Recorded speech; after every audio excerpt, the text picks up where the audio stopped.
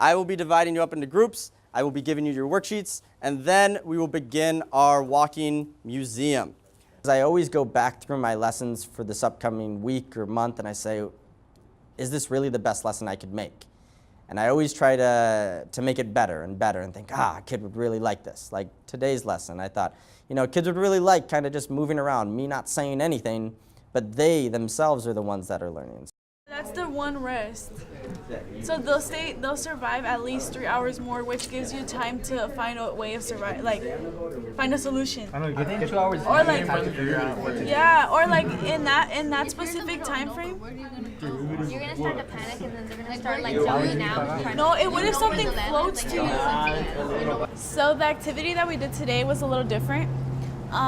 We got to walk around, which is something that we don't usually do. We usually like sit down and talk, but today we like walked around and we got to work together, which is something that I really like to do because we get each other's different ideas. It makes it easier. I feel like the time goes by quicker.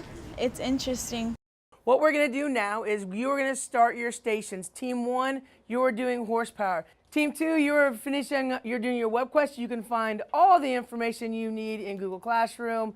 Team 3, you're working on your building blocks. Team 4, you're completing your timeline. Team 5, you're doing the infomercial. And Team 6, you're going to be doing the photo analysis. And you should have all the photos you need right there. Mr. Big Bucks is coming tomorrow. I'm going to turn my classroom into a factory. All the tables will be in rows, and they will be creating airplanes, and then they get to go out and QA them and fly paper airplanes for a while. And then we come in, we round it up, we do a survey, we do a worksheet to make sure that we really caught the information, besides just had a little fun. I purposely plan my lessons with the end user in mind. 5th period, I've been here for 7 hours and I'm done. I'm 1st period, I just woke up and I'm done. I'm 3rd period, I really want to go to lunch and I really don't care what she has to say. And 4th period, we just got done with lunch and we're kind of sleeping. So with all those different ideas, if you keep them moving, get them engaged, get them locked in, then life is great. And I do lots and lots of activities, and they do take lots of planning the 1st or 2nd year, but now I've got a pretty good arsenal of what works. Some strategies I use to engage my students. One, to backtrack a little bit, comes with getting to know them, getting to know their interests and what they like.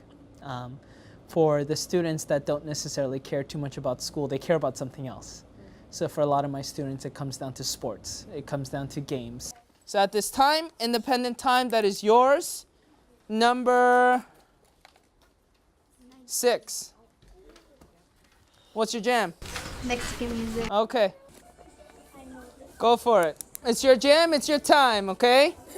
Whenever I incorporate some level of even their personal slang into my conversations and teachings, that kind of perks up their ears to kind of wonder like, oh, what is he talking about? Because that's my niche. I love to trick them into reading and writing. It's my favorite thing to do. But I do that with curriculum. I also do that with changing environment. So sometimes I will take my students outside, or I'll just kind of throw something at them where all of a sudden we move all the desks in a circle. I feel like when us as teenagers, we like more like hands-on learning and, being able to, work with ourselves and work with other people in making something big. And like it's not just like reading and, saying thing over and over again. I feel like doing stuff like this helps us stay more on, having that urge and that, eager to do something like this. Tomorrow we're actually focusing on nonfiction literature in correlation with The Giver, and tomorrow we're doing an escape room activity. So I've made an escape room activity for them. I've sort of tricked them into reading a nonfiction article and answering comprehension questions on it, because when they answer the questions and get them right, then they end up getting a code, and they crack a code, and then that gets them a key into like a chest.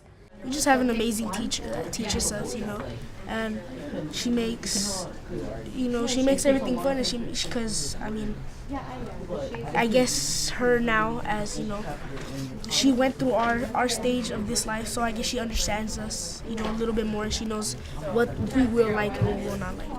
every day I come in and I sense what my students need and what vibe they're giving me, and then I either stick with what I'm doing or I adjust in terms of engagement.